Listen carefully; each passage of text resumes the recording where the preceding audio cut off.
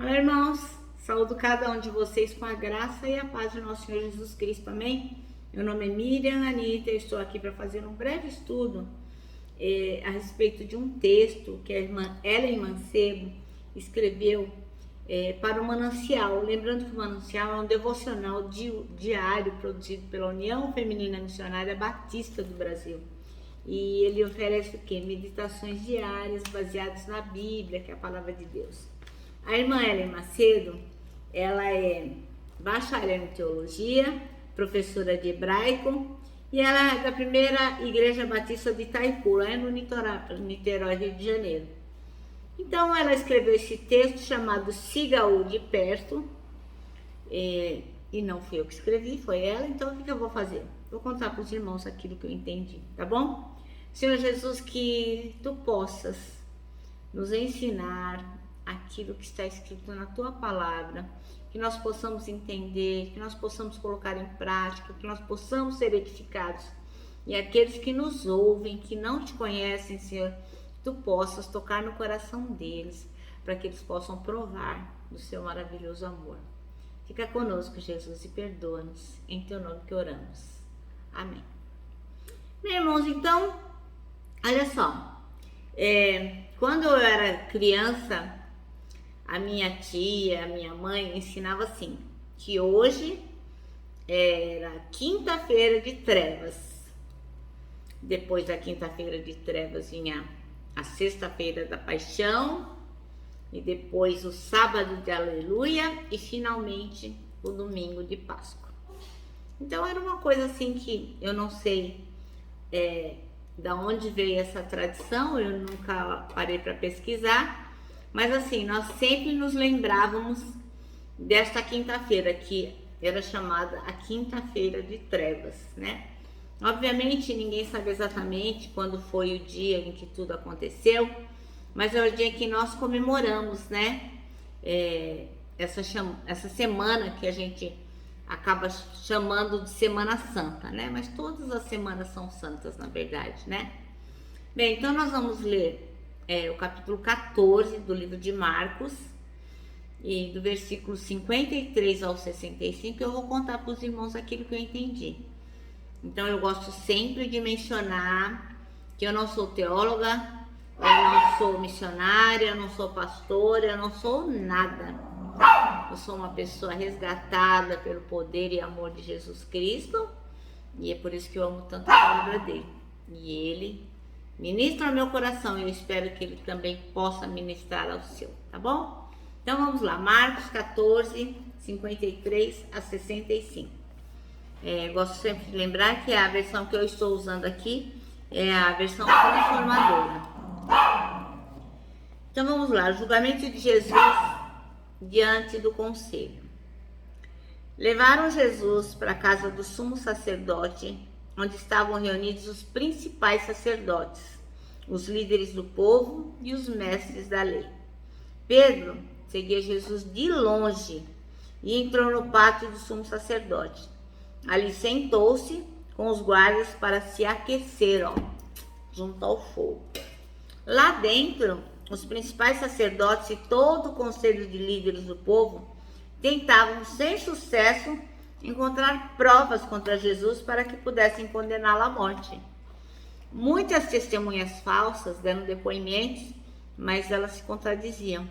Por fim, alguns homens se levantaram e apresentaram o seguinte testemunho falso: nós ouvimos dizer, destruirei este templo feito por mãos humanas, e em 3 dias construirei outro, não feito por mãos humanas. Mas nem assim seus depoimentos eram coerentes. Então o sumo sacerdote se levantou diante dos demais e perguntou a Jesus: você não vai responder a essas acusações? O que tem a dizer em sua defesa? Jesus, no entanto, permaneceu calado e não deu resposta alguma. Então o sumo sacerdote perguntou: você é o Cristo, o Filho de Deus bendito? E ele respondeu: eu sou, disse Jesus. E vocês verão o Filho do Homem sentado à direita de Deus poderoso e vindo sobre as nuvens do céu. Então o sumo sacerdote rasgou as vestes e disse: Que necessidade temos de outras testemunhas?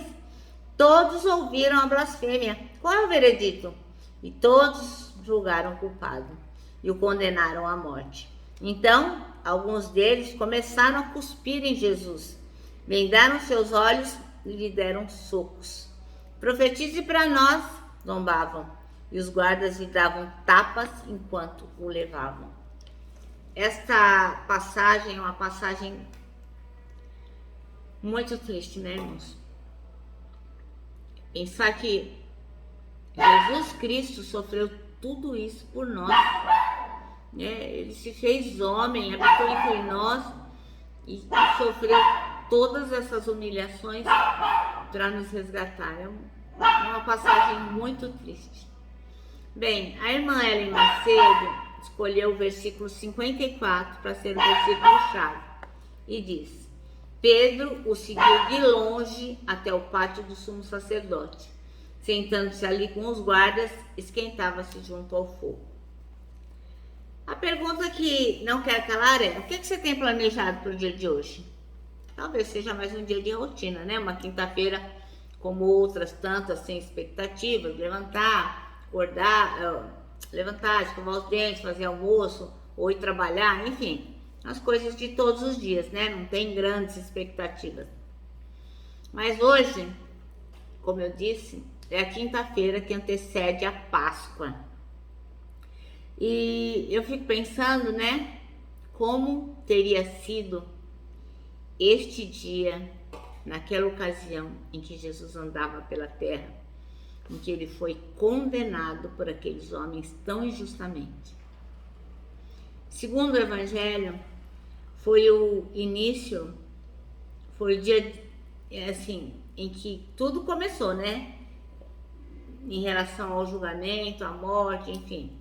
Porque foi o dia em que Jesus começou a caminhar para o Getsemane, porque ele foi condenado, foi para a prisão, foi interrogado por Anás, Pedro o negou, ele foi julgado no Sinédrio.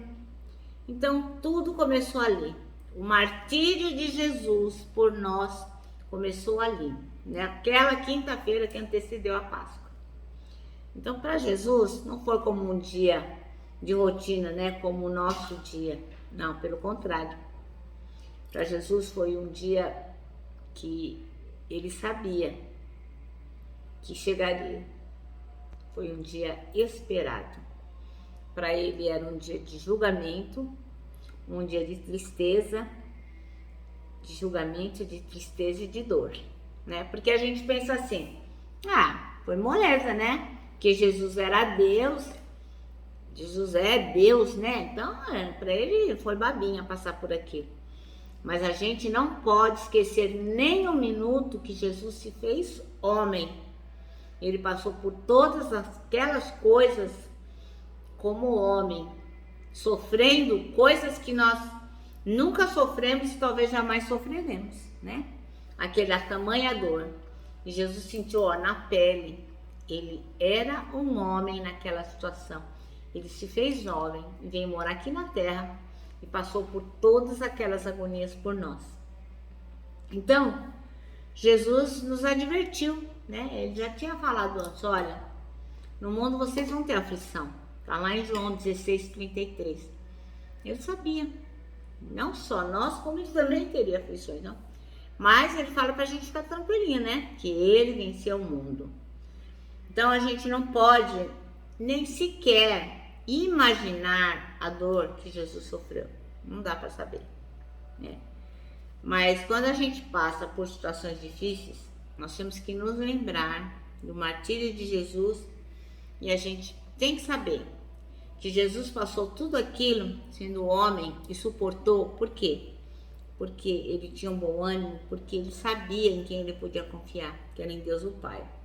Então, lá em Filipenses 4:13 diz assim, é um versículo muito conhecido dos irmãos, e na minha tradução diz assim, posso todas as coisas por meio de Cristo que me dá forças.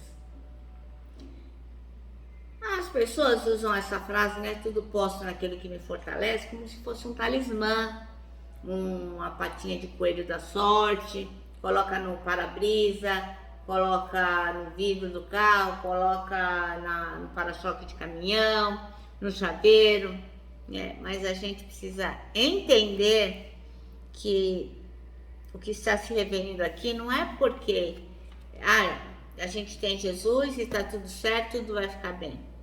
Não, tudo vai ficar bem do ponto de vista de Deus. E às vezes o ponto de vista de Deus pode significar para nós sofrimento, sim.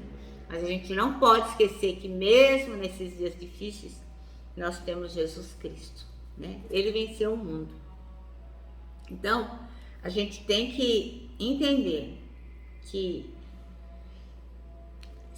só quem segue Jesus Cristo de longe, como Pedro fez, não consegue entender o valor desse dia, né? Se você não tem seguido Jesus muito de perto, não está conectado com Deus, não está lendo a Bíblia, não está orando, não está tentando se santificar, não está buscando o melhor para ficar perto do Senhor, você não tem ideia do que representa este dia, esta quinta-feira que antecede a Páscoa.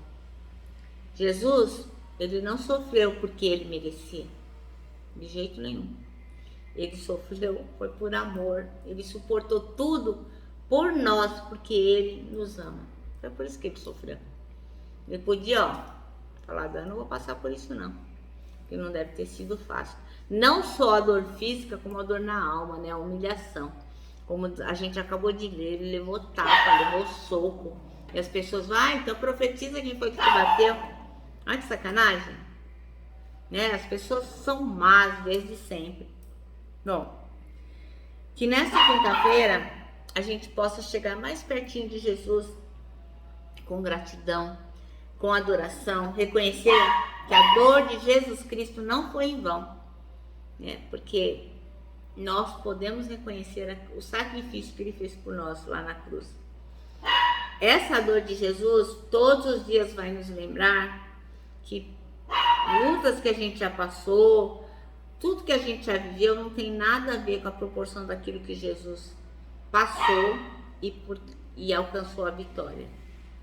Então, a gente tem que se lembrar que hoje não pode ser um dia de rotina como os outros dias. Nós temos que lembrar do sacrifício de Jesus. A gente tem o compromisso de ir até Jesus ou de levar alguém até Jesus Cristo. Para quê? Para que nem nós e nem a pessoa que nós vamos levar fique longe dele, como Pedro, né? Olhando de longe o que Jesus estava passando. Por quê? Porque acabava que não reconhecia, não conhecia o que Jesus estava fazendo. Ou porque ele pecou e preferiu se esconder, né? Então Pedro talvez pensou assim, fiz tudo errado, errei, melhor ficar longe de Jesus. Então aqui está dizendo o quê? Que a gente tem o compromisso de ir até Jesus e levar até alguém que está longe, porque como Pedro não conhece o sacrifício de Jesus. Então o nosso dever é falar sobre este nosso Jesus tão amado que sofreu tudo isso por nós. Que nós façamos como Pedro, né? Não vamos ficar nos escondendo, olhando para Jesus de longe. Então, irmão, faça este dia valer a pena. Amém? Bom, nosso manancial termina assim, ó. Não podemos mensurar a dor que Jesus sofreu, mas nos momentos difíceis lembramos-nos do seu martírio e tudo fica mais suportável. Eu termino aqui um abraço de urso, lembrando que tanta coisa cabe num abraço, parece um laço. E também quero lembrar os irmãos, ó, que em 2022 você deve crer, os que esperam no Senhor, ó, terão as suas forças renovadas e, lógico, vão seguir Jesus Cristo bem de pertinho. Amém? Bom, eu me despeço aqui com a minha palavra de ordem, que é gratidão.